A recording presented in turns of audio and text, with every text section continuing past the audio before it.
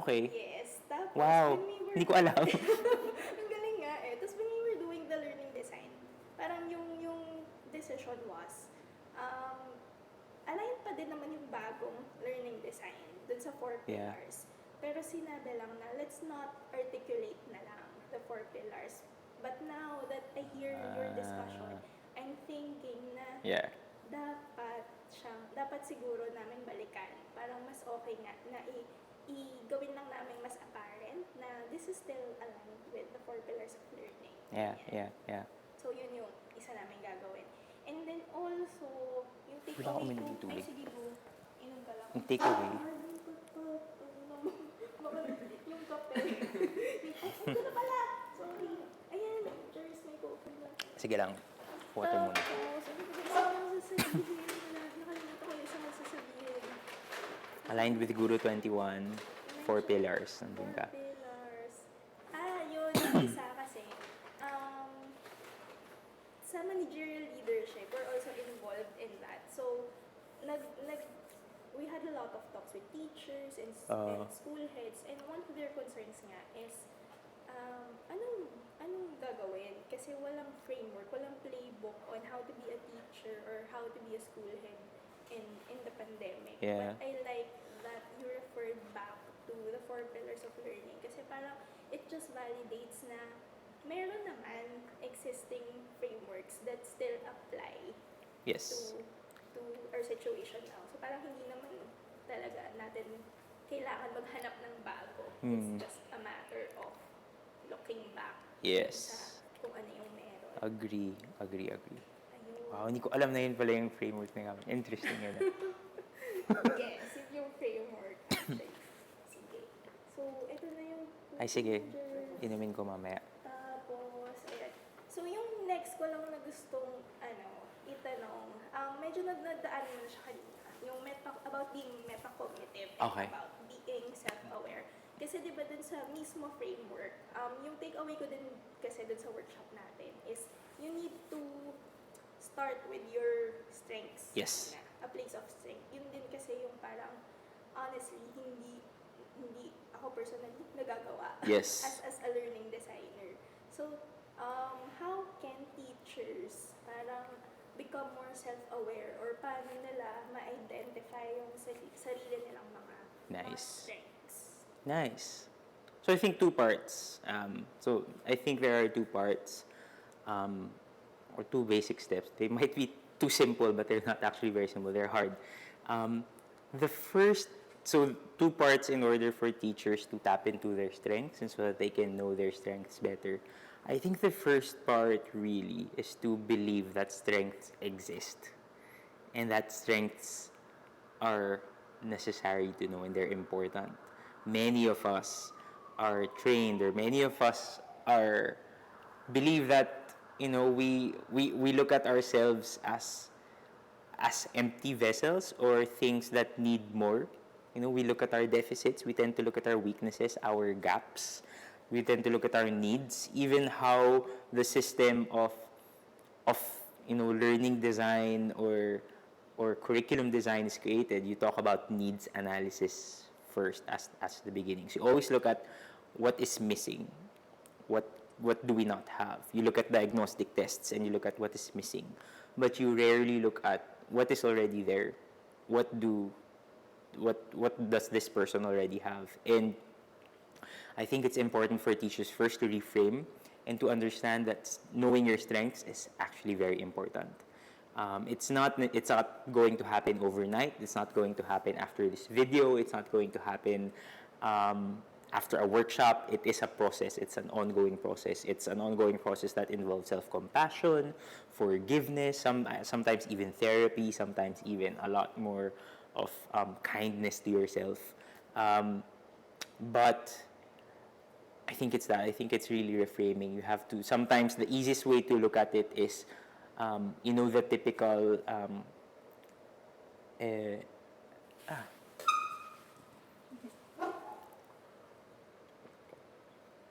the typical analogy where they have a glass and this half open, half full or half empty, and many people would say, "Oh yeah, it's half empty. It's only half of this."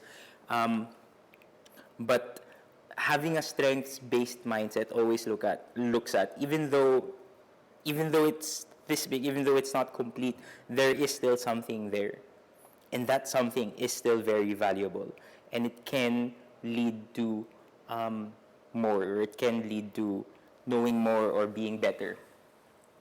Yun. So I think that's the first thing, is understanding what strengths really mean, what assets really mean, valuing them, and trying to reframe ourselves into thinking that strengths are important. I think that's a change in attitude.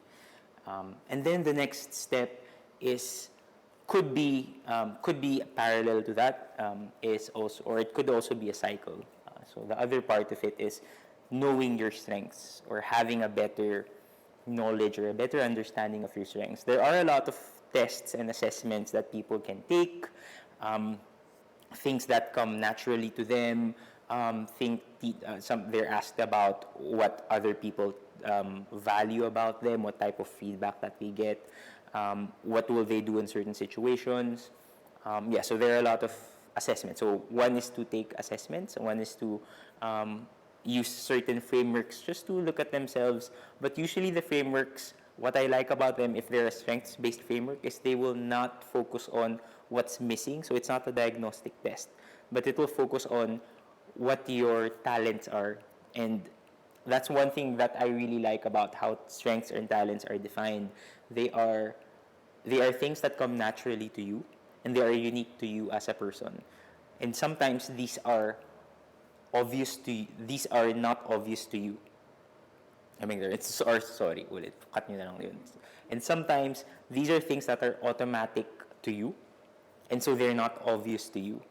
But to others, they might admire you so much for it. So an example would be, if let's say to you, when you, let's say, talk to students, you know how to make them laugh, you know how to relate to them, and it's easy for you to just engage in conversations with them. Maybe you're the type of teacher who enjoys coming to the classroom 10 minutes before and just having casual chats with students, right?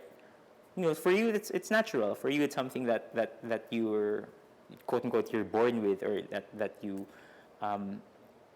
enjoy. But not all teachers are like that. Not all teachers actually have that ability to connect on a person-to-person level with students. And that's an example of what makes you special as a teacher. So I think all teachers should look at their own strengths and should cultivate their own strengths, as opposed to trying to copy other teachers who they admire and just trying to be this one defined set of who this teacher is, who is the perfect teacher. And also, that's one of the problems with sometimes technology frameworks, or teacher competency frameworks.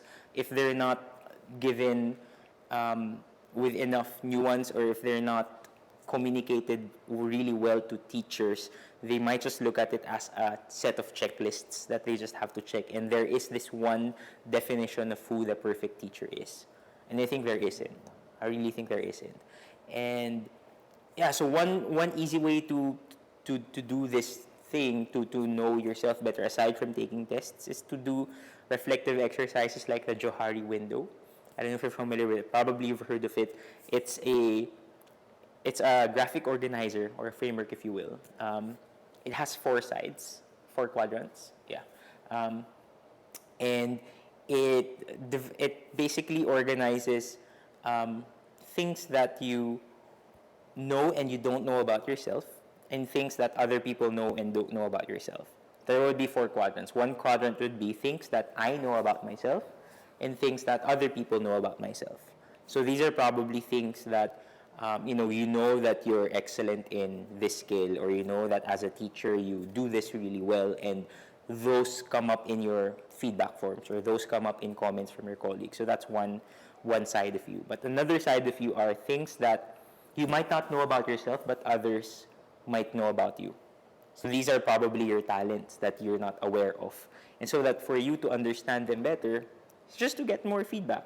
So know how to ask for feedback, know how to be open to feedback, know how to be open to critique, but also know how to be open to compliments. Sometimes we're not good with compliments. We tend to downplay ourselves, and we tend to not celebrate wins. Sometimes when a teacher compliments us, you would always try to spin it around into something humble.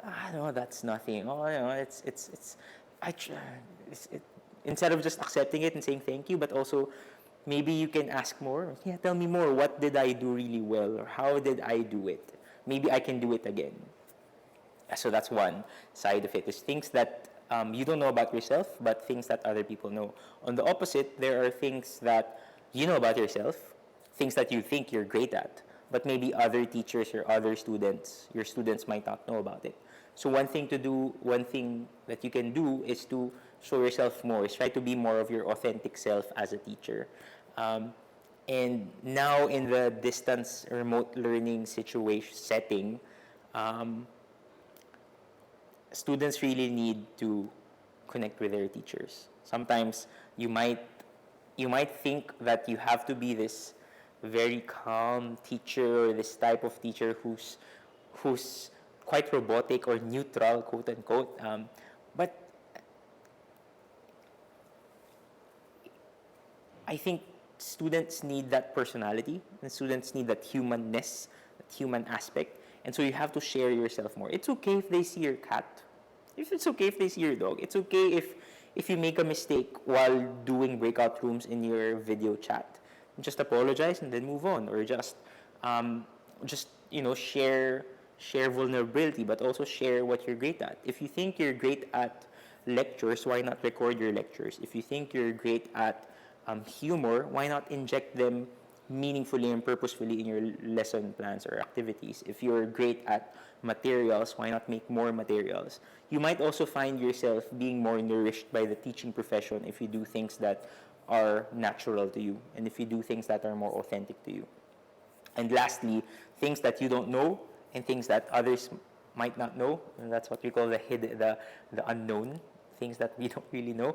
It's just a combination of all those. Asking for feedback, doing tests, doing some assessments that you can do to do some more self-awareness, being more open and sharing more of yourself to others. I think those are some things that teachers can do so that they can become more aware of their strengths and talents. And I think I mentioned two parts. The more that you know about yourself, possibly the more that you will have a more strengths-based attitude, and vice versa. The more that you have a strengths-based attitude, the more likely you will spot strengths, the more likely that you will spot what you're great at. I think it is a loop. It's not necessarily first step, second step. Ang ganda ng sinabi mo about yung taking compliments. Kasi I think it's very Filipino, or baka nga, Yeah. Southeast Asian. Yeah. No, I'm not great. You don't have to say I'm great, thank you, but just gratitude, thank you. Yeah, that's good. And then if you want to know more, move on, or ask for more questions. Pero, thought experiment lang.